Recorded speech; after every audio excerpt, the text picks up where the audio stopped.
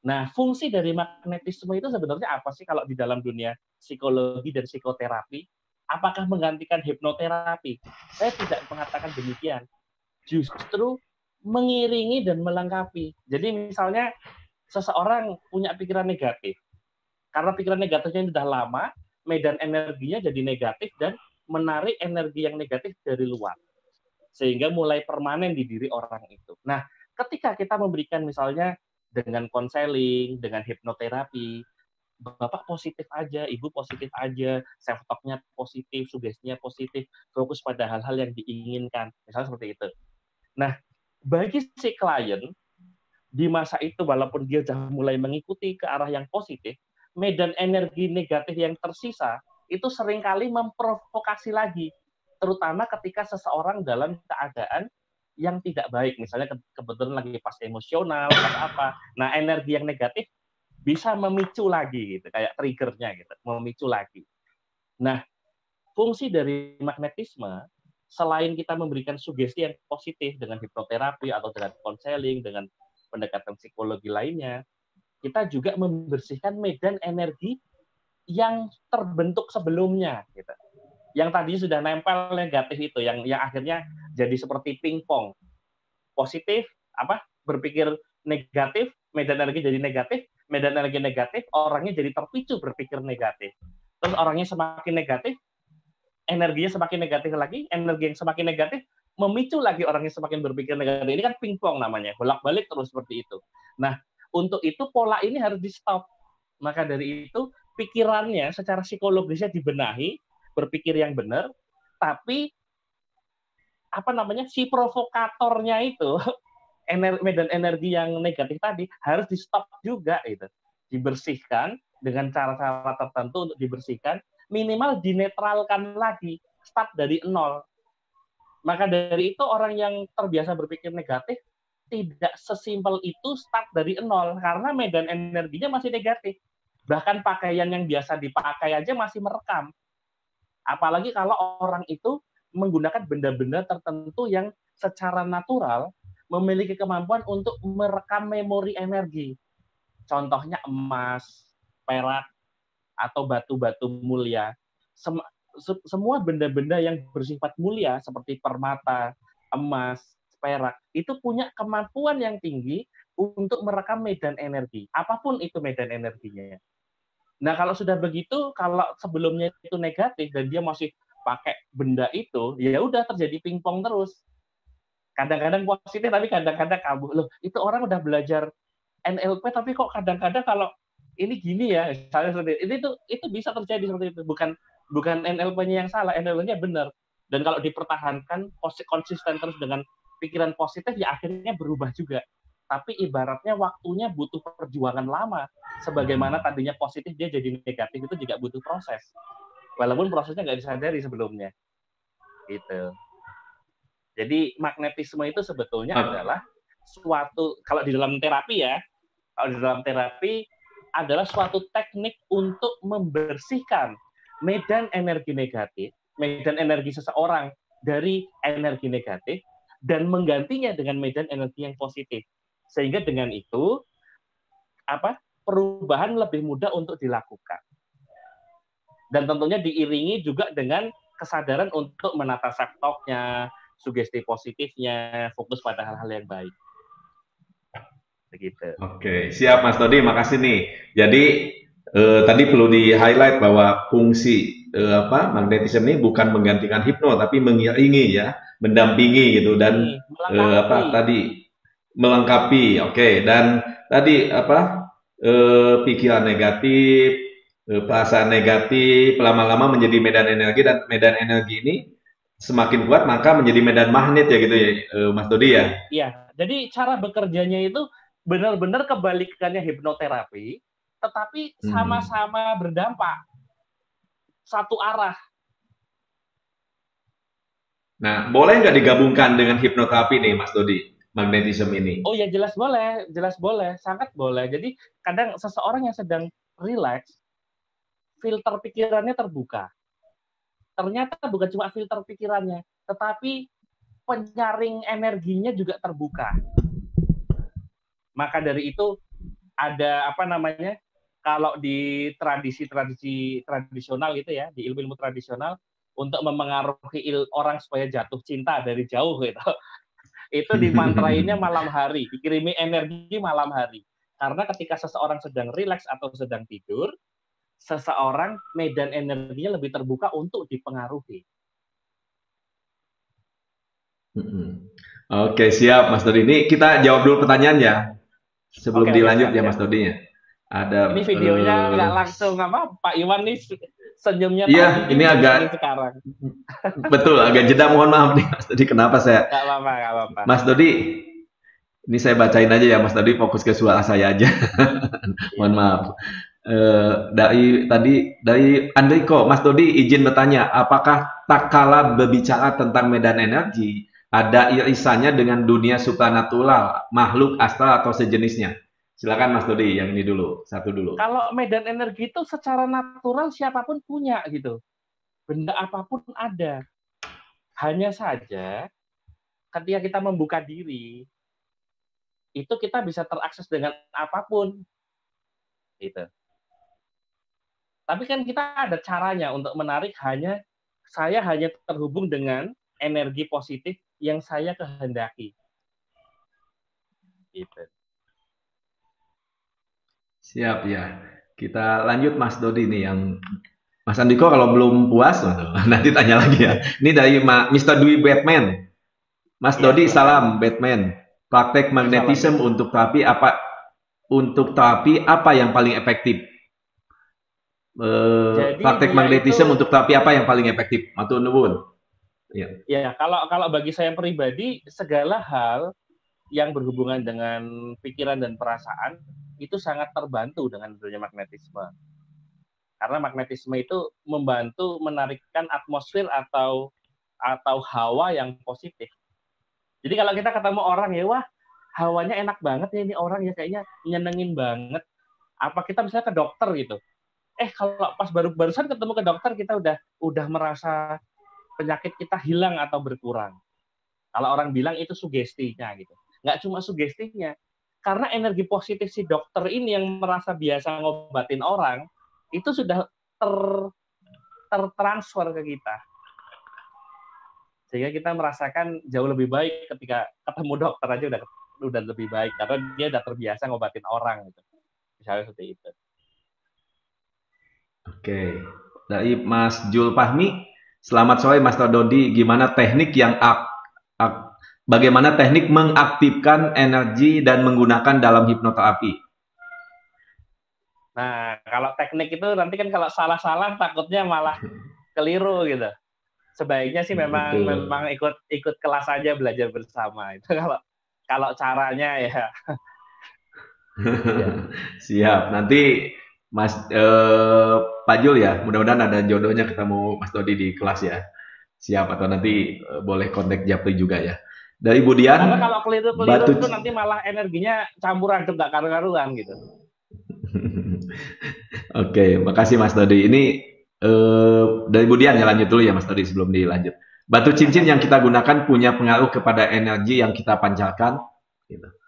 Mungkin punya. Apakah batu cincin yang kita gunakan punya pengaruh kepada energi yang kita pancarkan? Gitu Mas, silakan. Jelas punya. Benda apapun yang kita gunakan itu mempengaruhi medan energi kita karena menempel. Jadi setiap benda, tidak hanya manusia, benda mati pun memiliki medan energi juga. Makanya kalau misalnya kita punya barang, itu kita harus tahu historinya, itu barang dari siapa, tadinya punyanya siapa, kehidupannya happy apa enggak. Itu bisa bikin hoki atau bisa bikin nggak karu-karuan gitu. Kita udah berpikir positif pun kalau medan energinya terlalu negatif, susah loh untuk berpikir positif itu. Saya sendiri ngerasain gitu, karena saya kan seneng koleksi benda-benda unik gitu ya. Kadang kalau salah benda disimpan gitu, bukannya hawa positif malah hawa macam-macam nggak karu-karuan ada semua gitu. Terutama pas bangun tidur, karena pas tidur itu ya itu tadi filternya berkurang sehingga apapun bisa meradiasi. Oke, siap. Makasih Mas. Oke, dari Eko nih. Selamat sore, berapa lama paling tidak kita bisa merasakan manfaat magnetisme ini? Thanks, Mas Dodi. Kalau kita benar-benar belajar serius ya, melatih ya, seminggu kita melatih menjadi positif dengan energi positif dengan cara magnetisme, itu udah mulai terasa. 3 hari lah, 3 hari sampai 1 minggu. Itu kalau energi kita ubah menjadi positif itu udah mulai terasa.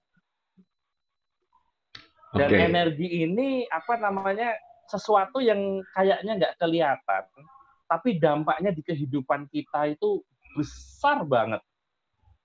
Orang ada punya sifat bawaan itu kadang gini, kan ada nih seseorang dilahirkan dari orang tua yang memiliki karakter tertentu. Tetapi dari kecil orang ini diadopsi orang lain, sehingga si anak nggak tahu bapaknya dan tidak pernah mendapatkan edukasi dari bapaknya atau dari ibunya yang kandung. Tetapi masih membawa sifat-sifat yang hampir mirip. Ini dari mana nih? Kalau di pendidikan psikologi modern kan suatu karakter karena edukasi dan lingkungan. Tetapi kadang-kadang seseorang masih membawa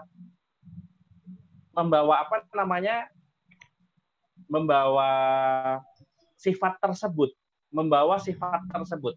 Nah, membawa sifat tersebut itu karena ada energi yang tertransfer dari orang tuanya ke si anak itu, sehingga memiliki karakter yang mirip. Ini kan banyak hal-hal yang tidak terpecahkan di psikologi. Kenapa seorang anak bisa memiliki karakter yang sama dengan orang tuanya, meskipun tidak pernah dididik secara langsung oleh orang tuanya.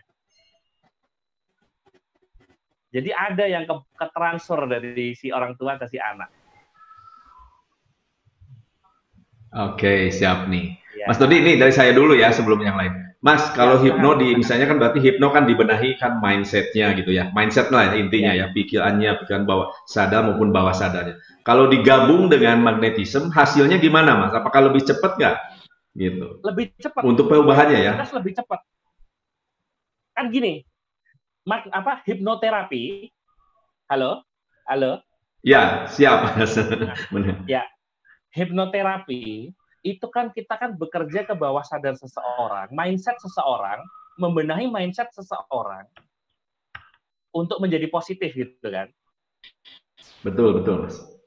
Nah, ketika seseorang disugesti terus-menerus, lama-kelamaan perasaannya terpengaruh, dan akhirnya nggak cuma perasaannya, tapi medan energinya juga terpengaruh. Tapi ini butuh proses. Jadi dari pikiran, tadinya kan di level pikiran, akhirnya menjadi level perasaan. Nah, kalau sudah sampai level perasaan, baru medan energinya mulai terpengaruh untuk berubah. Tapi tadinya belum kuat banget. Kalau dipertahankan terus, maka lama-kelamaan medan energinya berubah menjadi positif dan kuat. Tapi ini butuh waktu. Bisa setengah bulan, bisa 1 bulan, kalau sampai benar-benar energinya bagus. Nah, magnetisme bekerja dengan cara sebaliknya. Tadi kan akhirnya kan energinya bagus gitu kan, ujung-ujungnya kan. Betul. Kita bekerjanya dari energinya dulu dibenahi. Energinya dibersihin dan diganti energi yang positif. Akhirnya medan energinya sudah berganti, walaupun pikirannya mungkin mindsetnya masih belum. Nah, tapi karena atmosfernya, kayak ibaratnya kita di ruangan yang sejuk, emosi kita terbawa untuk menjadi positif juga, walaupun belum berpikir positif. Karena atmosfernya kok jadi enak ya, hawanya kok jadi enak ya. Dia orang mulai jadi pelong gitu, dia nggak tahu kenapa, tapi dia pelong, rasanya enak-enak aja gitu. Nah dari sini nanti tinggal pikirannya diedukasi. Dan nggak perlu begitu juga sih, beriringan aja sebenarnya. Jadi prosesnya jadi lebih cepat gitu. Oke, jadi bisa barengan ya, maksudnya. Jadi dua pendekatan, satu energi, satu nih mindset yang dibenahi. Ini dua ini. Jadi gini nih, bersamaan. Saya jelasin, saya pertegas sedikit ya. Emosi pada diri manusia dipengaruhi oleh 2 hal. Emosi manusia dipengaruhi oleh 2 hal utama, yaitu mindset-nya yang bisa berawal dari sugesti positif dan sugesti yang kurang positif tadi, dan juga bisa karena dipengaruhi energi. Jadi orang itu bisa menjadi emosi yang positif ataupun emosi yang negatif, walaupun nggak ada kejadian apa-apa, tetapi hanya karena terpengaruh energi yang positif dan negatif, dia bisa merasakan emosi ke arah tertentu. Entah itu positif, entah itu negatif, tergantung energi yang mempengaruhi.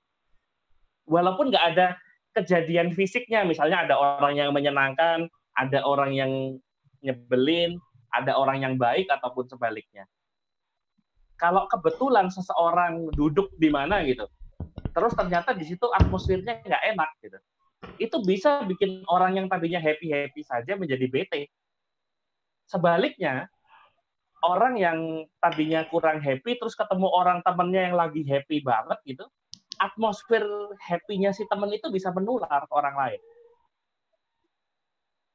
Jadi dengan kita memperhatikan kata-kata kita, sugesti kita, self-talk kita, pembicaraan pribadi kita, dan juga kita memperhatikan medan energi kita kelola dengan baik, maka kita akan memperbaiki emosi kita dari dua arah. Karena emosi ini dipengaruhi oleh kata-kata atau ide atau secara psikologis dan secara energi.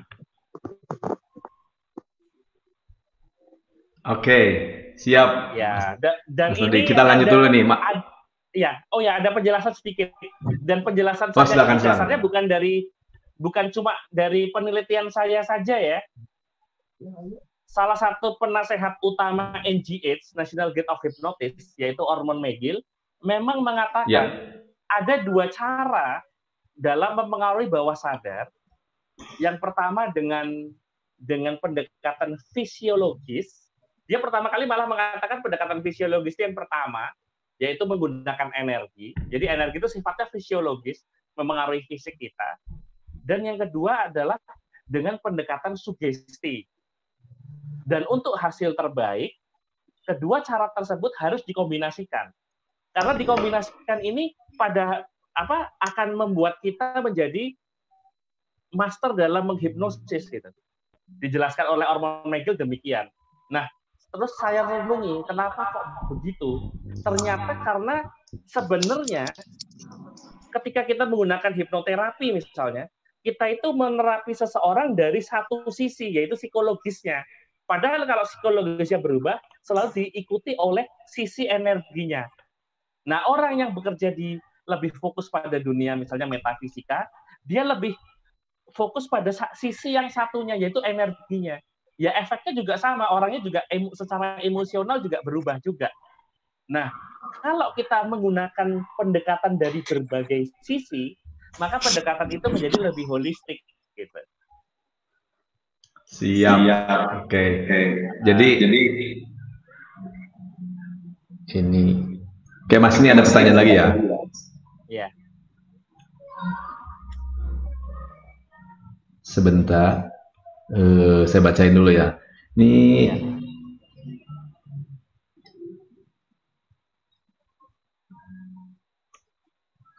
Selamat sore, berapa lama paling tidak kita bisa merasakan manfaat magnetisme ini? Thanks, Mas Dodi. Kan udah tadi itu. Oh, tadi udah ini, maaf. 7 hari tadi. Ada klien yang energinya negatif dan bagaimana cara mengenolkannya? Dari Budian Angga ini psikolog, Mas Dodi. Nah, itu memang ada caranya untuk mengenolkan. Kalau cara sederhananya nih, yang nggak pakai belajar, orang itu disuruh mandi air garam. Sekarang ada air garam yang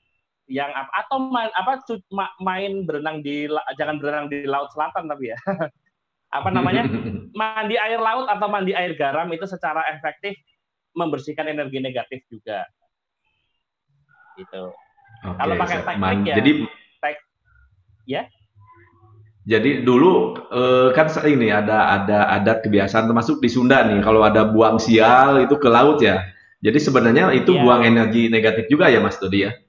Iya. Ruatan itu kan sebenarnya kan seperti ruatan itu. Itu kan tujuannya adalah memprogram ulang medan energi seseorang. Oke. Dan itu banyak yang dalam tanda petik ya, yang membersihkan sisa-sisa ruatan itu. Kadang-kadang ada yang sering didengar jadi sakit parah, tahu-tahu nggak ada gitu. itu bisa terjadi karena kadang ada ratusan orang, puluhan atau ratusan orang diruat gitu. Itu nggak boleh kesentuh, itu bekas-bekasnya itu nggak boleh, harus dibersihkan benar-benar tanpa menyentuh. Kenapa? Kadang kan ada yang rambutnya dipotong dan sebagainya untuk buang apes lah, katakanlah seperti itu. Itu benar-benar dipindah ke situ medan energi negatifnya. Nah, kadang-kadang itu dilakukan secara massal, misalnya kayak ruatan massal gitu. Nah, maka keapesan orang 100 atau ratusan dijadikan satu di situ. Maka itu harus cepat-cepat dibuang ke laut. Karena apa? Secara natural garam itu menyerap energi negatif. Menyerap dan mengikat energi negatif. Gitu. Oke, siap. Tapi kalau di Bandung kan jauh nih ke laut, mandi air garam cukup ya Mas Dodi ya? Mandi air garam sekarang kan ada yang garam kristal itu. Siap.